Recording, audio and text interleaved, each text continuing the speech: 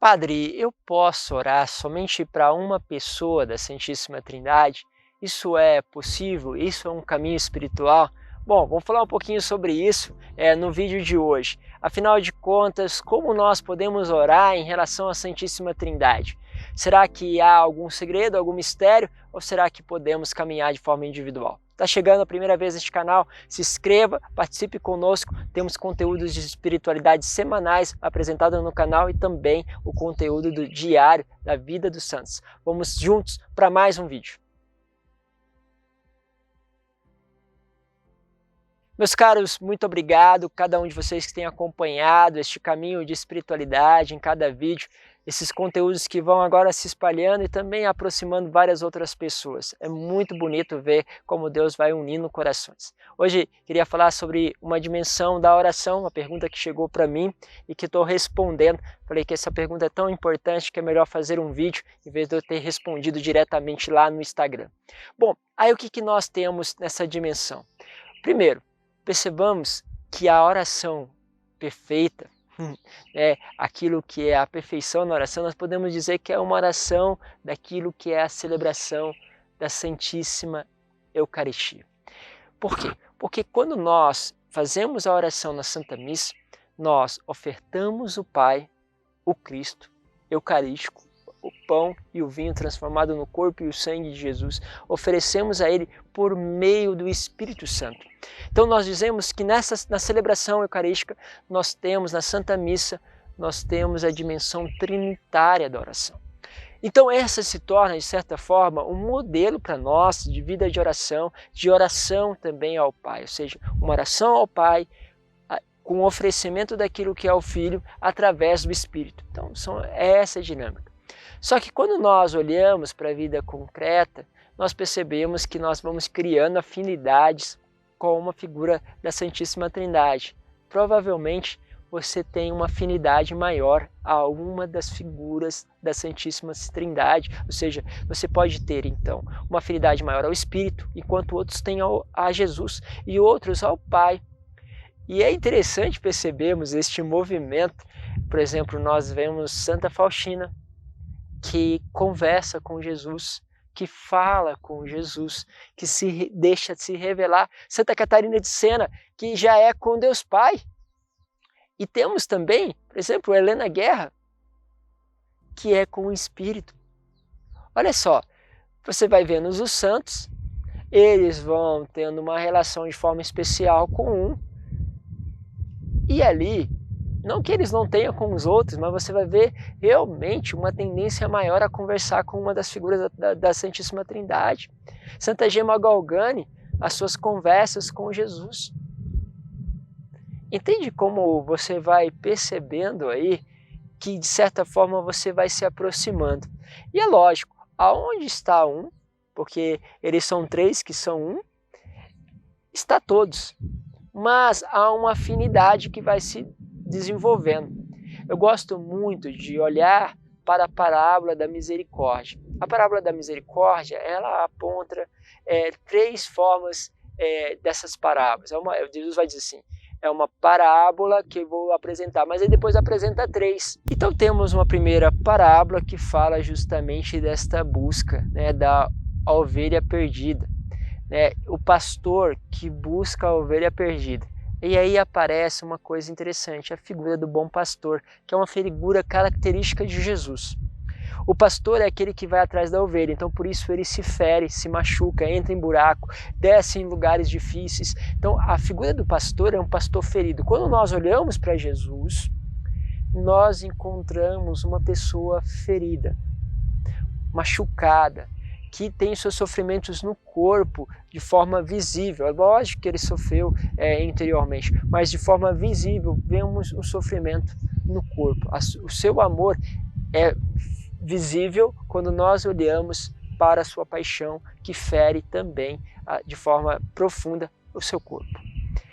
Assim temos esta figura, um pastor que vai imediatamente, ele vai atrás da ovelha, ele deixa as outras ovelhas para ir atrás. Então nós temos uma forma de amar que vai ao encontro do outro, que logo vai atrás. Então isso é bonito. E também temos uma dimensão de alguém que é tocado no corpo. Quando nós falamos ali do espírito, da segunda parábola da dracma perdida, nós temos o espírito, né, que é o ruá.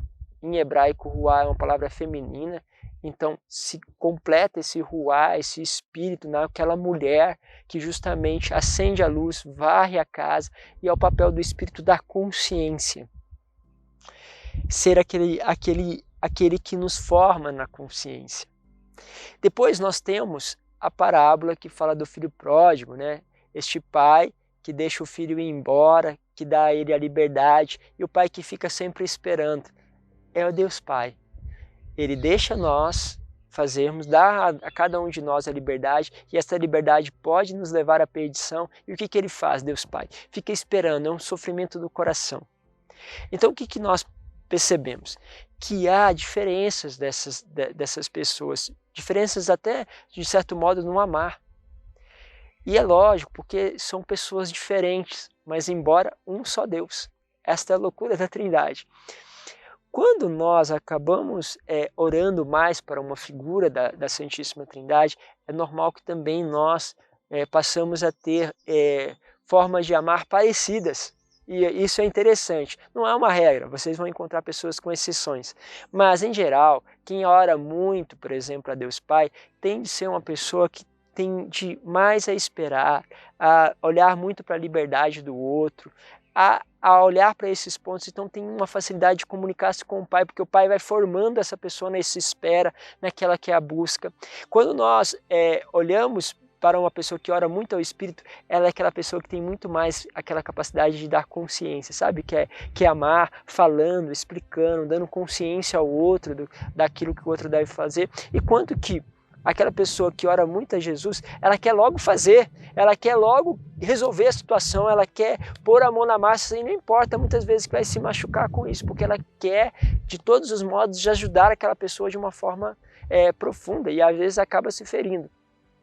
Percebe que ao também nos relacionar, às vezes nós acabamos nos identificando até na forma de poder seguir. Então pense que o teu filho ali fez alguma coisa errada na escola, vamos dizer assim. O que tem?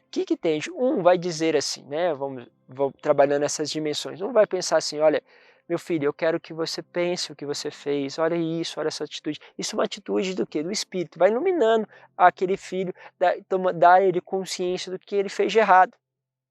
E é por isso também que todas as vezes que nós invocamos o Espírito, nós tendemos a perceber a nós mesmos, o autoconhecimento. É muito importante a figura do Espírito. Aquele que muitas vezes vai ali amado a figura de Jesus, ele quer sacudir, ele quer fazer algo, ele quer fazer aquela criança tomar consciência do que ela está fazendo. E às vezes ele quer que isso aconteça logo, então é um agir. Ao mesmo tempo, aquele que é o pai, ele está esperando, sabe que aquela situação acontece nas escolhas na vida do filho. Fica ali orando para que ele perceba, para que ele vá. Ele não tira dele a liberdade de escolha, não quer trazer simplesmente para si, mas quer que ele possa ir percebendo e com a sua escolha tomar consciência e voltar ao caminho daquilo que eles deixou, que acabou errando, fazendo alguma coisa errada na escola. Entende? Então tem várias formas diferentes de relacionar. Então, às vezes, até numa relação conjugal, um pensa de um jeito, outro pensa de outro. Mas quando você olha para a Santíssima Trindade, você percebe que a relação de amor entre eles acaba, então, estimulando para que uma forma, porque, por exemplo, quando vai agir, uma figura só da Santíssima Trindade age, mas é lógico, elas estão em comunhão com outras duas, mas percebe que aquela forma hoje, para aquela pessoa, é preciso agir deste modo, é preciso dar mais consciência àquilo que são as atitudes, do que simplesmente deixá-la seguir e perceber pelas suas próprias quedas. Então vai se percebendo tudo isso. E por que, padre, você está falando dessas coisas? O senhor está fugindo do assunto. Não, não é isso. É que você vai, então, percebendo que sim, você pode orar a todos, mas à medida que você deixa de orar especificamente para um e começa também a perceber e orar junto e buscando também a oração com outros da Santíssima Trindade, você também vai crescendo na relação de amor, porque quando você vai se aproximando, por exemplo, de Jesus, você vai, de certa forma, também aprendendo a amar com Ele. E é uma forma assim bonita, e vai aprendendo de tal forma que o nosso amor tende a se tornar trinitário, pegando várias características de cada um deles e depois percebendo qual é o melhor para agir. Por isso que nós crescemos à medida que oramos também para toda a Santíssima Trindade. Mas sim, não há nada de errado em ter afinidade com um e através daquele crescer. E aí nós temos todos esses santos que eu já te falei. São santos, não tenho nem que negar. Escolheram, de certa forma, uma proximidade maior com uma pessoa da Santíssima Trindade e fizeram o seu caminho. Mas também nós podemos caminhar de uma forma mais ampla. Você vai perceber como isso te ajuda. Você percebe agora que você está num tempo de espera, num tempo onde você precisa que as coisas precisem ir, né?